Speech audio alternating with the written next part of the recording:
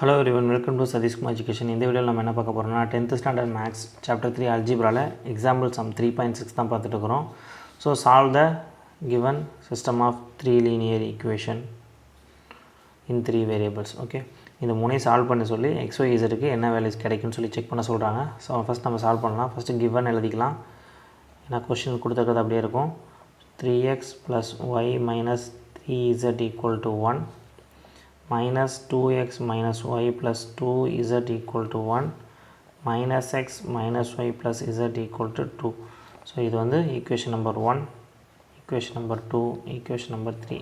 நீ ஏபிசின்னு கூட எடுத்துக்கலாம். ஓகே, ஸோ ஃபஸ்ட்டு இந்த ஏதாவது ஒரு பேர் எடுத்துக்க போகிறோம். நம்ம வந்து ஈக்குவேஷன் 1 2 எடுத்துக்கலாம், இல்லை 1 3 எது வேணால் எடுத்துக்கலாம். இப்போ நம்ம 1 2 எடுத்துக்கிட்டோம் அப்படின்னா இதில் எது கேன்சல் பண்ணுற மாதிரி அதுவே இருக்கான்னு பார்த்தோம்னா ஒய்க்கோட கோஎஃபிஷியன்ட் 1, இங்கேயும் ஒய்யோட கோஎஃபிஷியன்ட் வந்து 1 தான், -1. அப்போ சிம்பிளாக இது ரெண்டையும் ஆட் பண்ணும்போது என்னாகும், ஒய் கேன்சல் ஆகிரும். அப்போ நம்ம என்ன பண்ண போகிறோம் இந்த ஸ்டெப்பில், ஆட் ஈக்குவேஷன் 1 and 2. அப்போ ஈக்குவேஷன் 1 என்ன, 3x + y - 3z = 1. ஈக்குவேஷன் 2 என்னது, -2x - y + 2z = 1. இது ரெண்டையும் ஆட் பண்ண போகிறோம். செப்பரேட் பண்ணுற மாதிரி இருந்தால் தான் சைன் சேஞ்ச் பண்ணணும், ஆட் பண்ணும்போது அப்படியே ஆட் பண்ண வேண்டியதான்.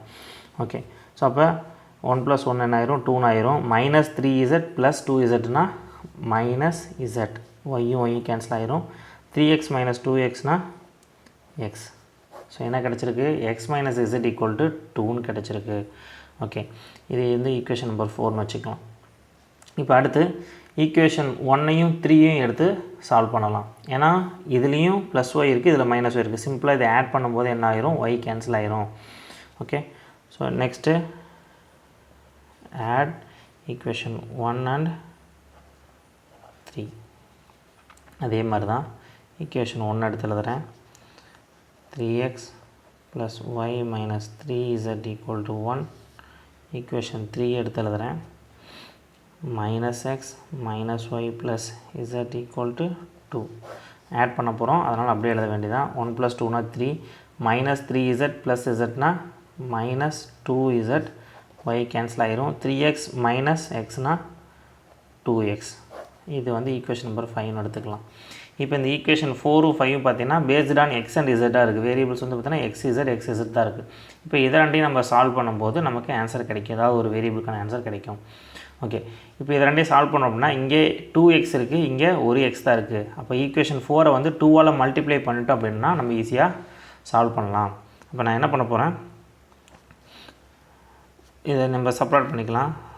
சப்ராக்ட் ஈக்குவேஷன் 4 ஃப்ரம் 5, 5லேருந்து சப்ராக்ட் பண்ணலாம். இதுலேருந்து இதை சப்ராக்ட் பண்ண போகிறோம்.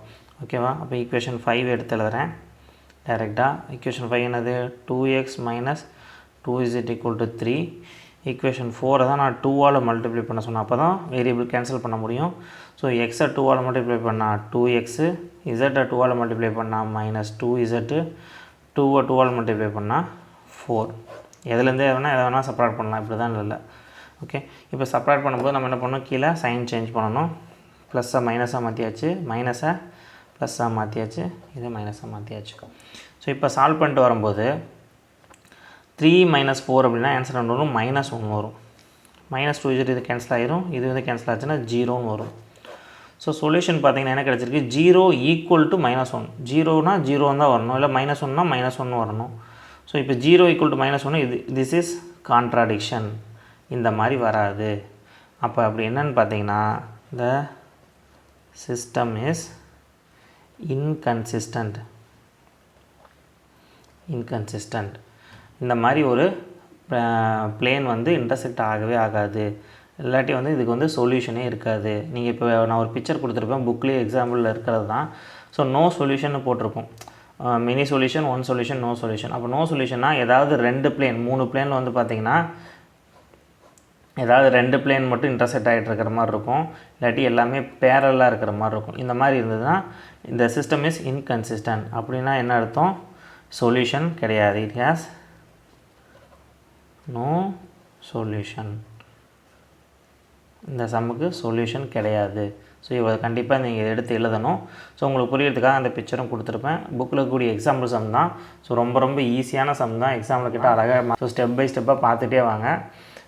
எக்ஸாம்பிள் சம்மும் கண்டிப்பாக கொஷினுக்கு எக்ஸாமுக்கு கேட்கலாம், கேட்கக்கூடாதுன்னு இல்லை. அதனால் எல்லா கொஷினுமே படிங்க. All the best. வேறு ஏதாவது டவுட்ஸ் இருந்தால் நீங்கள் கமெண்டில் கேட்கலாம். நெக்ஸ்ட் வீடியோவில் மீட் பண்ணலாம்.